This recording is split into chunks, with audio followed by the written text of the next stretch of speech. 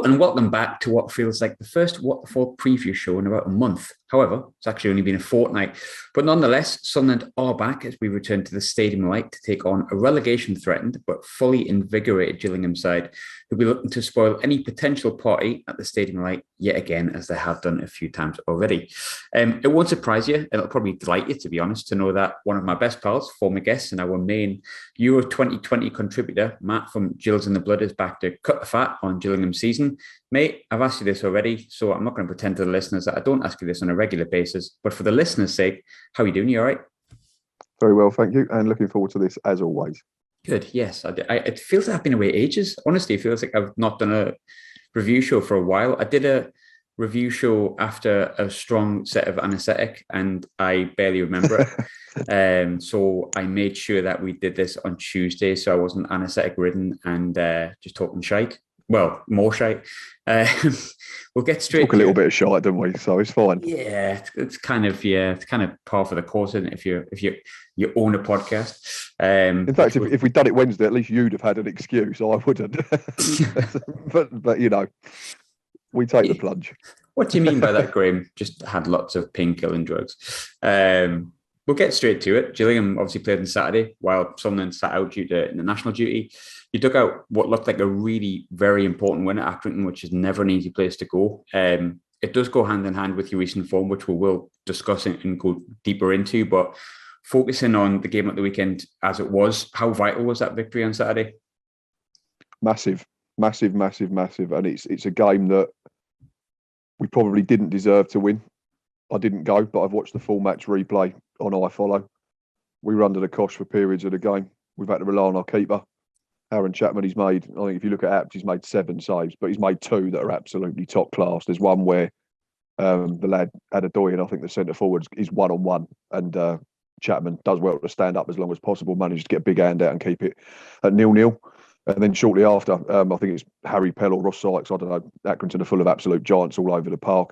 The header's going right in the top corner and Chapman throws up that big right hand again and manages to claw it out. And they end up being very pivotal saves because 5 minutes later we take the lead. Slightly against the run of play, I'd probably say, if I'm being honest. But what we're doing now is we're staying in games and we're starting to become a little bit more clinical at the other end of the pitch, which is a good mix. And it's certainly a better mix than not scoring goals and shipping shitloads like we were doing previously to Neil Harris arriving, unfortunately. I think we've conceded 8 or 9 in 12 games. We conceded 7 in 90 minutes 2 days before he turned up. So that's the turnaround. And yeah, I think Accrington were unbeaten in 9 before Saturday. They'd won their last 4.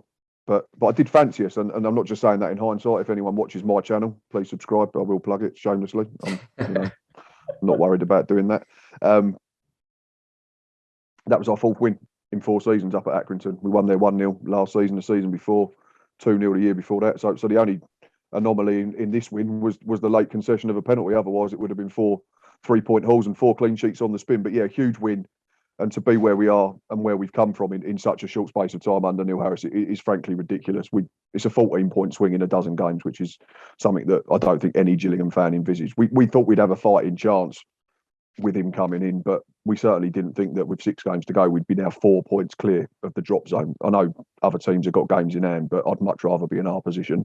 And quite frankly, I think we've got the best manager in the bottom 6. So all is well at the moment. Don't ruin it Saturday.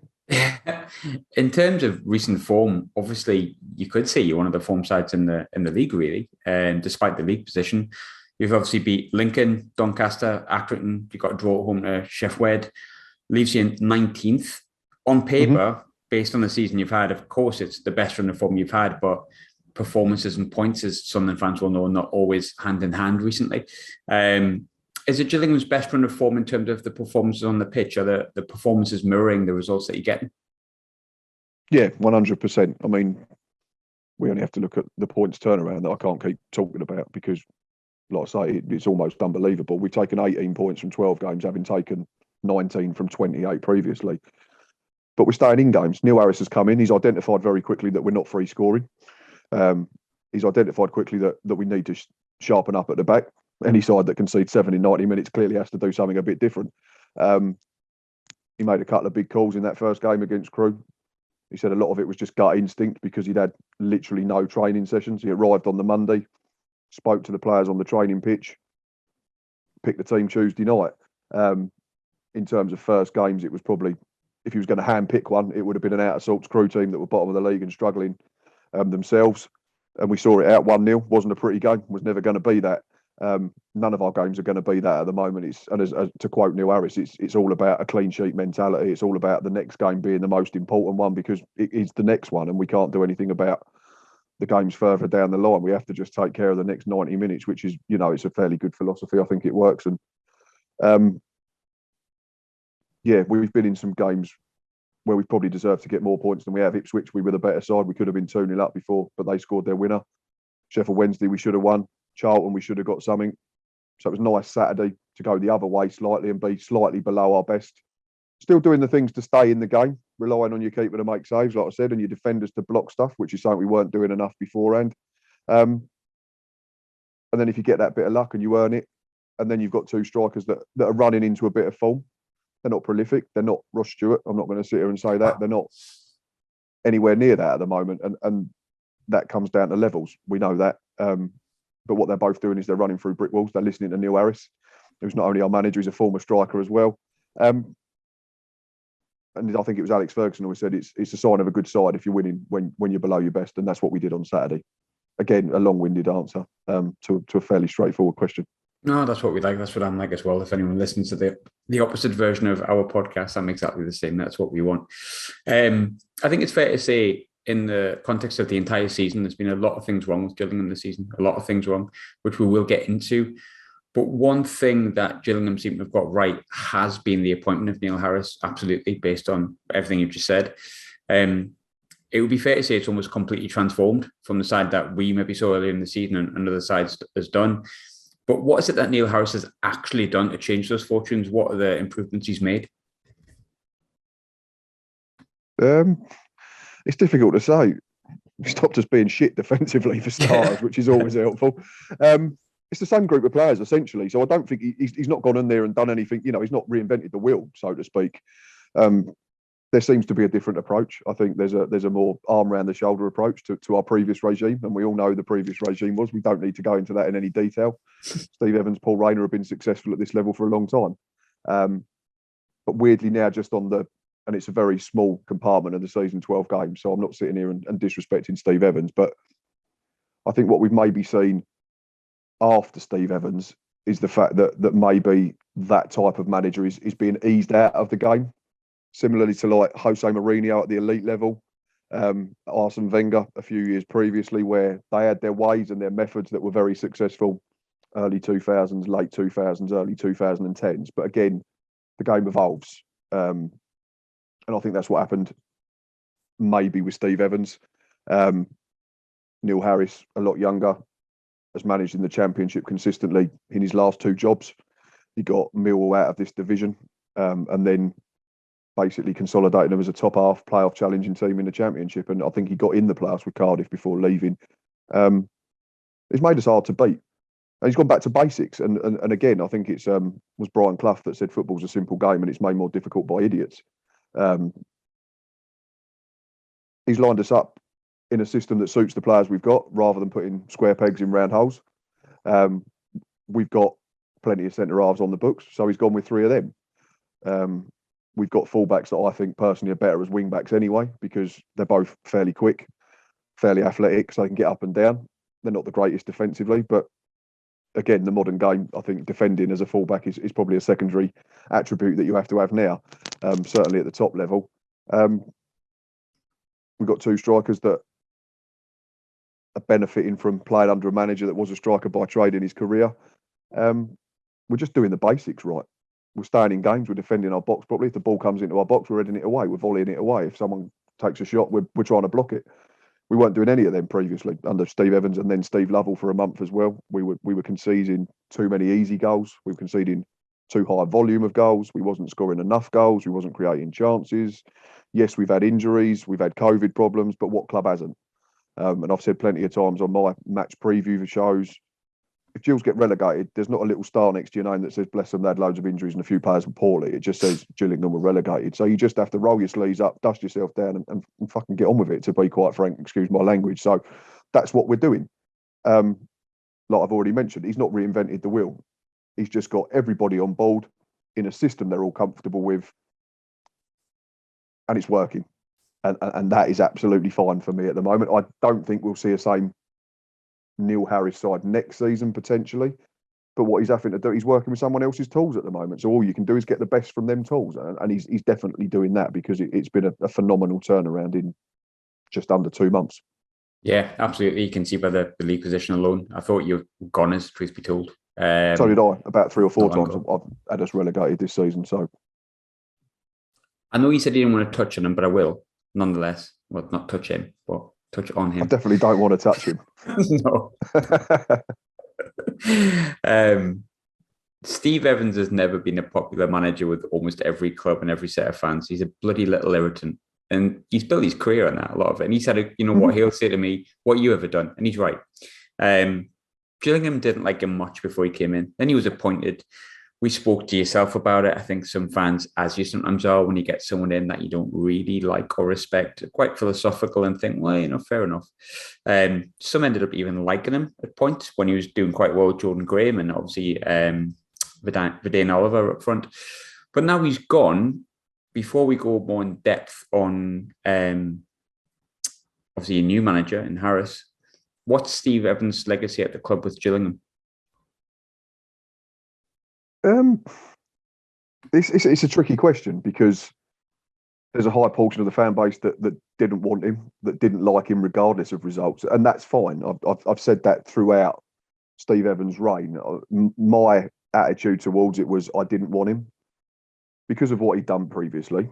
But again, that was me reading social media, reading media, not getting it straight from the horse's mouth, so to speak. But my love for Gillingham was always going to far outweigh my hate, that's probably a strong word, dislike, disdain for Steve Evans. So I continued to go and watch Gillingham Football Club. I said if he came in and he made us a harder team to beat, if he made us a better football side, then I'd be happy, because we all know Sunderland have got their issues with ownership. Gillingham have got their issues with ownership. If you're winning football matches and you're playing relatively well, all the other white noise tends to be blocked out. Mm-hmm. As soon as you stop winning football matches and as soon as you stop playing relatively well, relative to what your level is, whether that's Gillingham being a mid-table League One team or that's Sunderland trying to get back into the Championship, as soon as all that stops, people turn their attention to other areas of the football club. Some didn't go at all. In terms of a legacy, I think that's probably too strong a word. He didn't achieve anything per se, in the sense that we didn't get in the playoffs, we didn't get a promotion. We had a decent cup run. We had a 15-game unbeaten run, 19-20. We love going to the Stadium of Light. We love beating you 1-0 late on in games at the Priestfield. Steve Evans is what he is, and we know what he is. And you've just said it, and we've all said it. He makes a career out of it, and he probably plays up to it because it's his persona and it's his character and it's his way of being successful. For 2 seasons, Gillingham were very good under Steve Evans, and I'm not going to sit here and pretend whether I hate the bloke, dislike the bloke, love the bloke. Our results improved a lot under Steve Evans and Paul Rayner. This season, there was clearly a massive drop-off, and he was rightfully sacked. You can't go 15, 16 games, whatever it was, without a win and not expect to be under pressure. No, but, not at all. For a long-winded answer, again, I think legacy is probably too strong a word. But for 2 years, we were very solid. He had us believing that the top 6 was potentially achievable again. But ultimately, we fell just short. And again, it comes back to budgets and levels and all that type of thing. But it'll be interesting to see now if Mr. Scally backs Neil Harris, because we've now gone and appointed a head of recruitment, whereas Steve Evans was doing it all himself. Maybe ask me this question after 2 years of Neil Harris, if we get 2 years, and then we can see what Steve Evans achieved. It's funny you mentioned the head of recruitment there, because obviously I see that you've appointed former England left back, which kind of forgot that he played for England, to be honest, but he did. Nicky Shorey. 2 times. Two twice. times. He was described as a Reading FC legend, which I don't know what that means. But nonetheless, he was a bloody decent left back, wasn't he, if we're honest? And he's came in as head of recruitment. Yep. So I scrambled and searched to see if I could find someone who's the head of recruitment beforehand. And lo and behold, as you've just confirmed, you didn't really have one. Does that sort of indicate that there's a change in how Gillingham want to run the football club? I hope so, because for too long it's been left to one man. That's Paul Scally doing the money side of things, and then the manager doing the coaching, the managing, the scouting side of things. And it's the 21st century. I get that Paul Scally doesn't have as many millions as other chairmen in League One. Probably doesn't have as many millions as some League Two chairman or National League chairman. But it's nice to think that there's something in place now for the mid to longer term that says we're becoming a modern football club, because you need help. Paul Scally's come out and said he knows financially can't back us as much as he'd like to and as much as other chairmen can their football clubs. And that's fine. You only have pockets that are so deep and you can only fill them with so many pennies and pound coins. But we could do another whole podcast on Paul Scally and probably your ownership as well. So we'll leave that there. I think it's a great appointment. I don't know too much about Nicky Shorey in terms of what his coaching history, scouting history is. I was scrambling around when it got announced on Monday. I know he was at Stevenage as a coach under the manager that left before Dino Mamria took over. And I think he's been head scout at Reading for about 2.5 years. So clearly highly thought of. I get that he was there as a player as well, so that helps.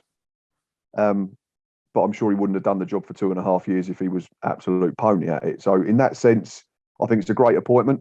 But again, the proof will be in the pudding when we start seeing some signings in the summer and moving further forward from there. But yeah, it's certainly a step in the right direction because it's making us look a more modern and, dare I say, a 21st century football club. Touching it before about how we could probably do a podcast on each. You could even do a Netflix series on our ownership. Not again.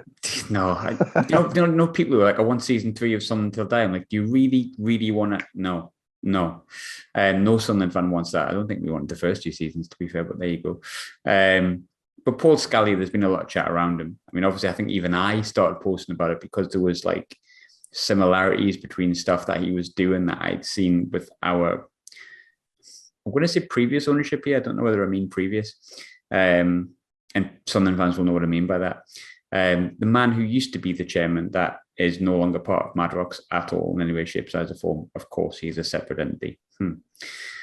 Anyway, I've seen similarities to that person. He's clashed with fans. He's genuinely made a bit of a mess of things. He's not been a popular man. He's done things to probably some fans that are probably going to be unforgivable. And I understand that. Scally, I'm talking about with that. But the form's improved. He's made a good appointment in Neil Harris. He doesn't seem to have any signs where I can see that he feels like selling up, much like ours, depending on who you believe. How much of that has died down, that kind of distrust and that dislike towards Scally with A, the appointment of Harris, and B, the return of form? I don't think it's disappeared. I just think it's not so loud. Again, it comes back to what we said earlier. The white noise disappears when you're winning football matches, and we're doing that. So people are concentrating on the positives of the stuff that's actually going on, the green stuff, which is what we all predominantly go to watch our football clubs for, isn't it? To watch what them 11 players, them 12, 13, 14 players do on the grass for 90 minutes on a Saturday or a Tuesday. It's definitely not gone away. There's people that still want Paul Scally out, and that's understandable. I get that. Again, we all have our own opinions on these things. My own thinking between now and the end of the season certainly is, let's worry about that for the summer or for another day, because we need to get behind Neil Harris and the boys for the final 6 games of the season. To coin a cliche, 6 cup finals. And we've got to play some massive clubs in them final 6. We've got to play you. We've got to play Rotherham. We've got to play Portsmouth. We've got to play Wickham. Teams that essentially are in an area of the table where we've been pretty crap against this season, which is the top teams. And that's why we're struggling. And you've known from previous experience of Gillingham over the last couple of seasons, and we come back to Steve Evans, who we weren't going to talk about, but we're going to talk about again. And we like bloody in the noses of these bigger clubs. And we did it on a fairly regular basis to Sunderland. And we need to do that probably at least once in terms of a win over them 4 teams, or we're going to have to beat Fleetwood Easter Monday, which is going to be massive, and then probably pick up a couple of points against the bigger boys in the league. So, but again, we've gone off on a tangent, which we like doing. The noise is still there in the background regarding Paul Scally. It won't go away, I don't think. Like you said, I think there's some stuff that fans perceive to be unforgivable. Mm-hmm. From my point of view, he doesn't help himself. Paul Scully's people skills have never been great, unfortunately, in terms of what he comes out with on Gills' social media channels, the YouTube channel. We had these chairman chats that started this year, which I think we spoke about for the reverse fixture. It just became a little bit, I don't know, self-revolving, I suppose, and an opportunity to bash other people, which that's you don't need to hear. That's how I seen it. It became a kind of, this is why it's not my fault, which I know is an easy trap to fall into. We've all done it as human beings. We're all human. But, and there's a big but, that when you suddenly start feeling like, and Sunderland fans might feel this like it's because Meth fans obviously have said a lot of things about how Sunderland fans are to blame. I'm sure you'll deny that, but there's certain things that people could misconstrue in that way, and it pisses you off, and it sticks with you, even when you win games. So I was always curious as to how, because for me, some of the stuff Scally's done's even made me go, "Oh bloody hell!" There's been a few things which we've heard about as well, but it's even the simple, the silly things, the trivial things, like he promised a couple of months ago that there'd be an open letter to the fans that was going to be out within the next couple of weeks. Well, that was around the time that Neil Harris was appointed. We're now at the end of March. That's, regardless of who you are, that's not a couple of weeks.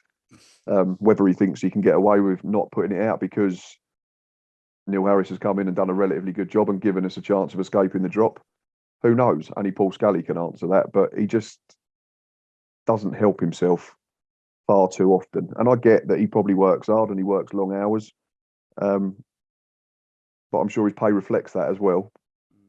And I'm not saying that he's on this amount or that amount, and I'm not going to start trying to suggest that because I don't know for a fact. But I'd imagine his hourly rates are substantially higher than mine and yours. Yeah, I'd imagine so. And I think even, taking that out of the context, I think, taking that out of the equation, I think when you're the chairman of a football club, I'd never buy a football club because I don't trust myself to say everything correctly. He just doesn't have a thick enough skin to be a football chairman, in my opinion. He takes too much to heart, but then he says he's going to act on it properly, but he doesn't. So then you just think it then just becomes babble. Yeah. And just not needed, and it just becomes a waste of time, which is essentially what them chairman's chat videos, I think, came across as to the vast majority of the Gills fan base. For me, I would never run a football club because of that. I probably couldn't handle the pressure of it, and I get it. But if you do decide to take it on, you've got to remember who you are, where you are, and what your position is. And maybe not. I think even from doing a podcast, you've got to make sure you don't take things too to heart. And a podcast is very different to, but the concept, on a much smaller scale. But I totally understand what you mean. We're putting ourselves out there, we do it, but it's on a much smaller scale. So obviously dealing with millions of pounds and on a yearly basis and that type of thing. But it's a grander thing of that. Yeah, football's a game of opinions, and not everyone's going to agree. And you've got to have the thick skin for the people that don't, and not fight back at them, shall we say? That's our biggest thing with Paul Scally. It's almost like if he thinks if you have a different opinion about what he's doing, then you're not a Gillingham fan. So it almost comes across that to be a Gillingham fan, you have to agree with everything that Paul Scally does. At the end of the day, it's Gillingham Football Club. It's not Paul Scally Football Club. And I think that's what irks a lot of the Gillingham fan base. Yeah, and I can understand that. That's the kind of stuff I was alluding to before. Was a bit weird. I remember seeing that. On the pitch, we touched on Steve Evans before, not doing a great job this season. Not a good one at all, to be honest. But he brought a young player from QPR earlier in the season who could hardly get a look in really under him. However, if you look at the form book, look at which players have stood out in terms of statistics. Charlie Kelman's been one of your key players recently. How good has he been? Been decent, very decent. Yeah, he came in the summer and Steve Evans spoke very highly of him. It quickly unravelled. I think he set up a goal on his debut at Burton in the league, and we thought, there's a really promising strike partnership here with Verdane Oliver, and we all know we all like a big man, little man strike partnership, for a cliche again. Quinn Phillips. For one reason or another, it didn't work. Ross Stewart and Jermaine Defoe. Oh, it sounded good. Move on. Yeah, and then he left, and there was rumours that he'd fallen out with Paul Rayner and Steve Evans. I think there was some sort of altercation, row in a pizza trophy game at home to West Ham, and then he was quickly announced that he was going back to QPR and he wouldn't be returning for the rest of the season. Obviously, that changed when Mr. Evans left, and Steve Lovell brought him back in fairly quickly. But it's probably only been since Neil Harris took over that we're really starting to see the best of Charlie Kilman. Strikers thrive on goals. We know that. If you're not scoring goals, you're not happy. And he wasn't scoring goals. But he's got, I did a tweet today, I think he's played 10 games under Neil Harris, 2 goals and an assist in that time. We've won 5 times when he's been playing. Winner at Doncaster, the opener at Accrington last Saturday.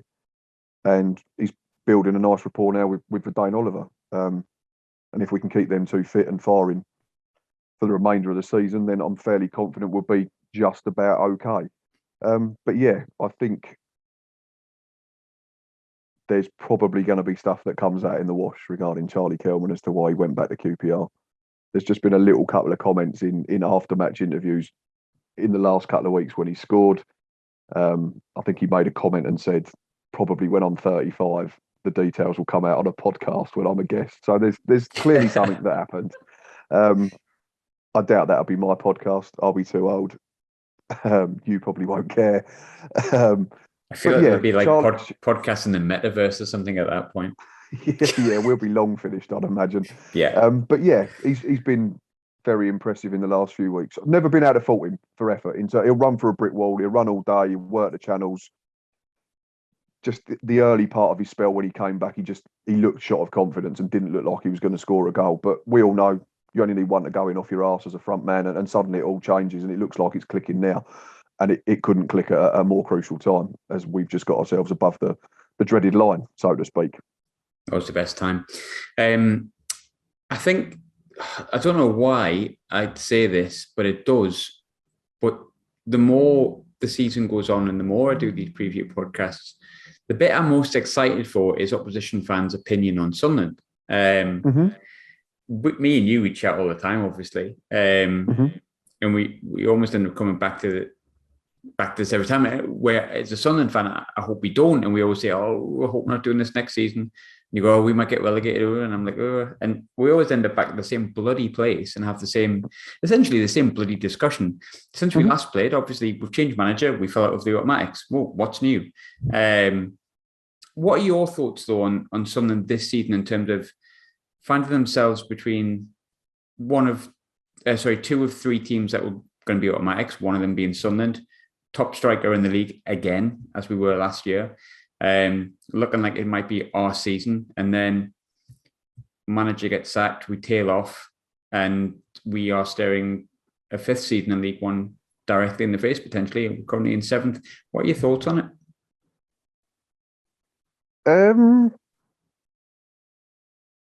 It's a tricky one because, again, not to plug my preview, but if you watch that, please do. Graham talks about early part of the season, and when we spoke before the game in October, I think it was something like that. I think, yeah. Which ironically was the game when the Paul Scally stuff was at its height because there was a nice aeroplane that went over the stadium that day. You were so upbeat, it was unreal. It was different. You said it was vibrant. There was youngsters coming in. You couldn't stop raving about Dennis Searchin. You couldn't stop raving about Callum Doyle, the young centre half from Manchester City. Ross Stewart, you love him anyway, but he was scoring goals. You were playing expansive football. It felt different. That was the thing you said. That was the phrase, and that's what I picked up on. But yeah, unfortunately, from an outsider's perspective as well, it's all become a bit samey again, hasn't it? We get 2/3 of the way through the season. A horrible run hinders you. You then feel the need to pull the trigger. Yeah, it's tough as a manager when you've been beaten 6-0 to hold on to your job because it's not a good result. And professional footballers, I feel, shouldn't be getting beat. That I get, it happens. These freak results do come about, but Was it the right decision to sack Lee Johnson? Probably. I always go back, though, to when we sacked Justin Edinburgh, God rest his soul, in January 2017, when we were 8 points off the bottom four, and I think 8 points off the top six, having finished ninth the season before. Did I think it was the right decision? Yes. Did I think the appointment afterwards was correct? Absolutely not, because we ended up staying up on goal difference. Alex Neil's had 8 games. So can we make and base a real proper opinion on his job? Probably not. It's a very small portion of the season. He's certainly not going to play expansive football, I don't think. He's always been fairly pragmatic when he was at Norwich, when he was at Preston, when he was in Scotland prior to that. But he gets results, and he's got results at a higher level than Sunderland are currently operating. So in that respect, it's probably a decent appointment. But ultimately, and again, it comes back to a question I asked you earlier. When does Sunderland stop being a big club in League One that shouldn't be there and essentially just become a League One club? A 5th season in League One, to me, says you just become a League One club like the rest of us, unfortunately. Albeit a big League One club with a nice stadium and a few more pennies than a lot more of the other League One clubs. But like any club that comes into this division, you're there for a reason. Top two's gone. We know that. Playoffs will be a tall order, I think. You're relying on teams that are playing really well above you to drop out of form. But ultimately, you could still go and win your last 6-7 games and gate crash the top 6. But then we know your record in the playoffs. So is that a blessing? Probably not, unfortunately, if you're a Sunderland fan. As a Gillingham fan sitting here, and I laughed, didn't I? And I put the tweet out when Lee Johnson was sacked as a Gillingham fan, and I got a little bit of grief off of some Sunderland fan pages, but it was all done in jest. And I said, to having to be sacking your manager, moaning that you're only 3rd in the division, or whatever it was at the time. And but again, that comes back to levels and what aspirations are. Gillingham, essentially, historically, are a mid-table League One side. Sunderland operate at a higher level to that and are having to slum it at the moment. Sadly, from your perspective, I think if we stay up, we'll be doing 2 more of these chats next season. The only positive, isn't it? Jesus. The only positive is I've been down in this league that long. I pretty much know all of the League One podcasters or vodcasters incredibly personally well. That was one of my big concerns from a channel point of view, was like, shit, I'm going to have to start researching League Two a little bit here, and I don't know anything about it. I was thinking that the other day. It is mad, and it is. We love doing this. We do it all the time, like you say. But yeah, I think, unfortunately, sorry to Sunderland fans, I think if we manage to stay above the line, then we'll be meeting at least twice again in 22-23. So do I, which is probably the most disappointing and apathetic part of the whole season. You touched on before how I felt earlier on. Anyone who listens to this podcast will know how I felt. So to be kind of here again, it's hard to galvanize myself as a fan and be like, come on, let's win the playoffs, which of course we could do it. Of course we could. Alex Neil has a history of it and so on and so forth, but it's really hard, and this is only my opinion, to galvanize myself to be like, come on. When I'm like, again. Yeah, but it is what it is. That's nothing to do with managers or players, because we know managers and players come and go, but when you get bitten so many times, or bash your head against the wall so many times, you start avoiding the wall, don't you? Or trying to avoid the wall because you're fed up with getting the headache. I used to watch England's every single penalty shootout. Now, whenever we win it, I turn my back. I'd rather just not watch it. One time I was surprised, every other time I wasn't. Battle scarred, I think, football fans, especially at the age I'm getting to now, which is not that old, but enough to have experience of, oh, bloody hell. And I guess that's the way it is. Yeah, absolutely. It's probably hard for you to pigeonhole from the outside looking in, but I'll ask it anyway, and there's not going to be a right answer. And if you know the answer to it, tell me. But what do you think Sunderland's problem is as a football club? Maybe less so as a football club. Yeah. What do you think the issue is, if you could pinpoint it? Oh, yeah, that's a good question. There's so many angles you could go at as well. That's the problem. And then maybe that is the Well, problem. the thing is, yeah, because like you said, we've had this chat and we get to this stage of the season, or bleak midwinter, and the manager changes, and then you hope for a bounce, and we do it early enough, we can go and have a run at the playoffs or the top two, and it never really materialises. Ownership was an issue previously. We all know. Again, we come back to Netflix. Bad decisions, bad signings, overspending.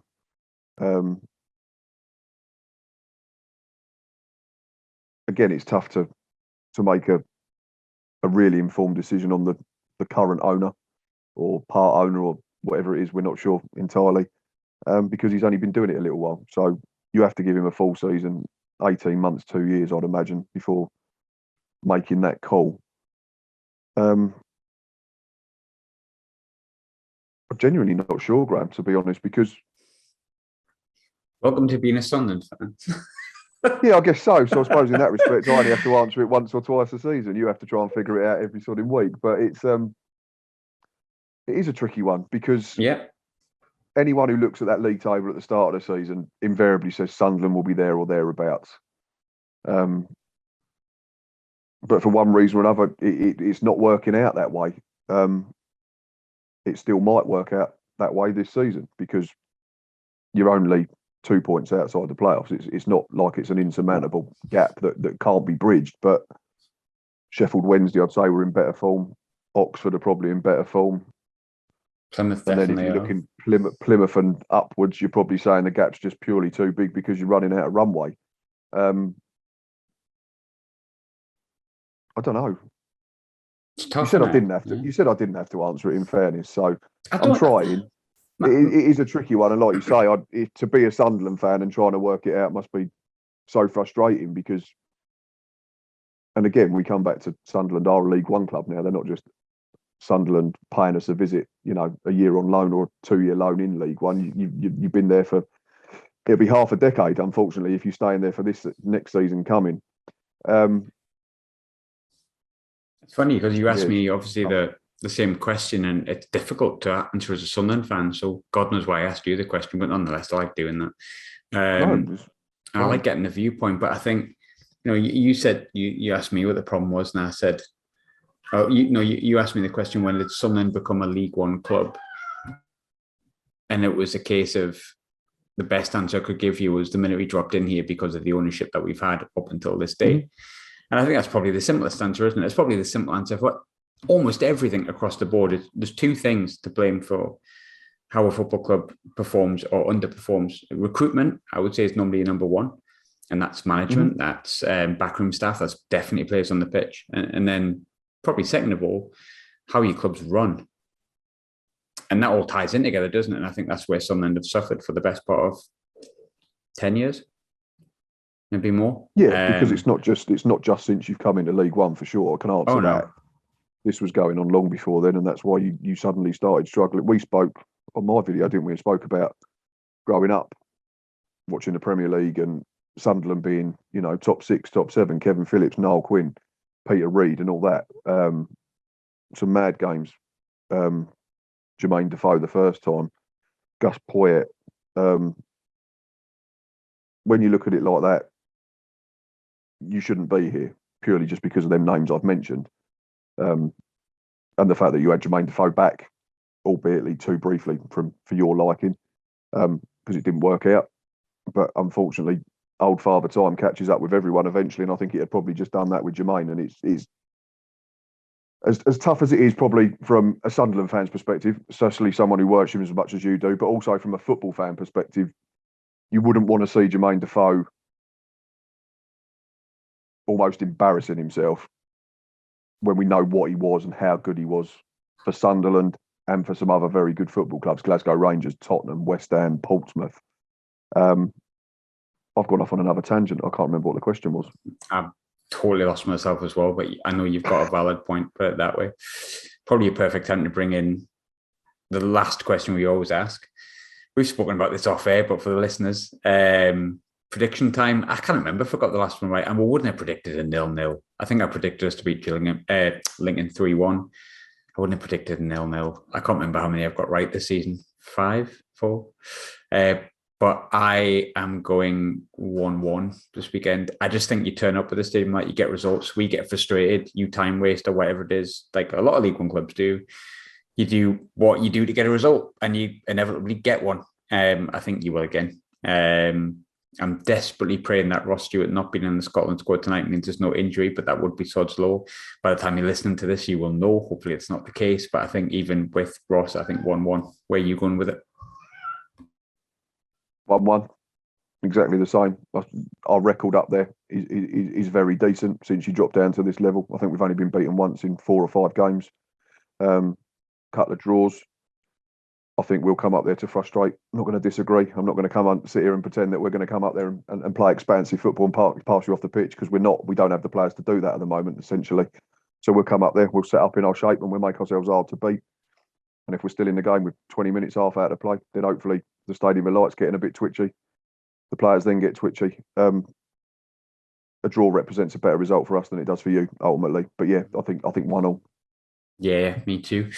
Matt, as always, thanks for joining me, mate. I think we got more deeper than usual, but that's probably because we know each other too well. I don't have to do the few pleasantries at the start and we get really deep and I actually forget I'm recording. But hopefully those listeners have enjoyed it as well. I'll drop, Matt, all your links in the bio below. I'm sure most followers that follow me follow you, but if you don't, make sure you do that.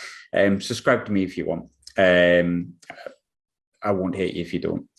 I might just do a Will Smith. Who knows? But thanks very much for joining as always, Matt, and enjoy. A pleasure, mate. Always enjoy it. Thank you very much. Pleasure. Thanks, mate.